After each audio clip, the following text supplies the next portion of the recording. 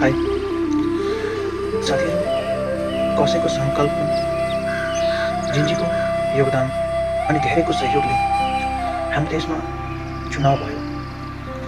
नेपाल र नेपालीको जरादेखि आवश्यकता र पीडा बुझ्ने युवा नायक बालेन शाहजी भारी मतले विजय हुनुभयो। जनताले साथ, सपोर्ट, माया देखाउनु भयो। अब पालो छ हाम्रो दुग्धाही सरकार बालेन सरको र आशा छ राम्रो भन्दा नि राम्रो गर्नुहुन्छ।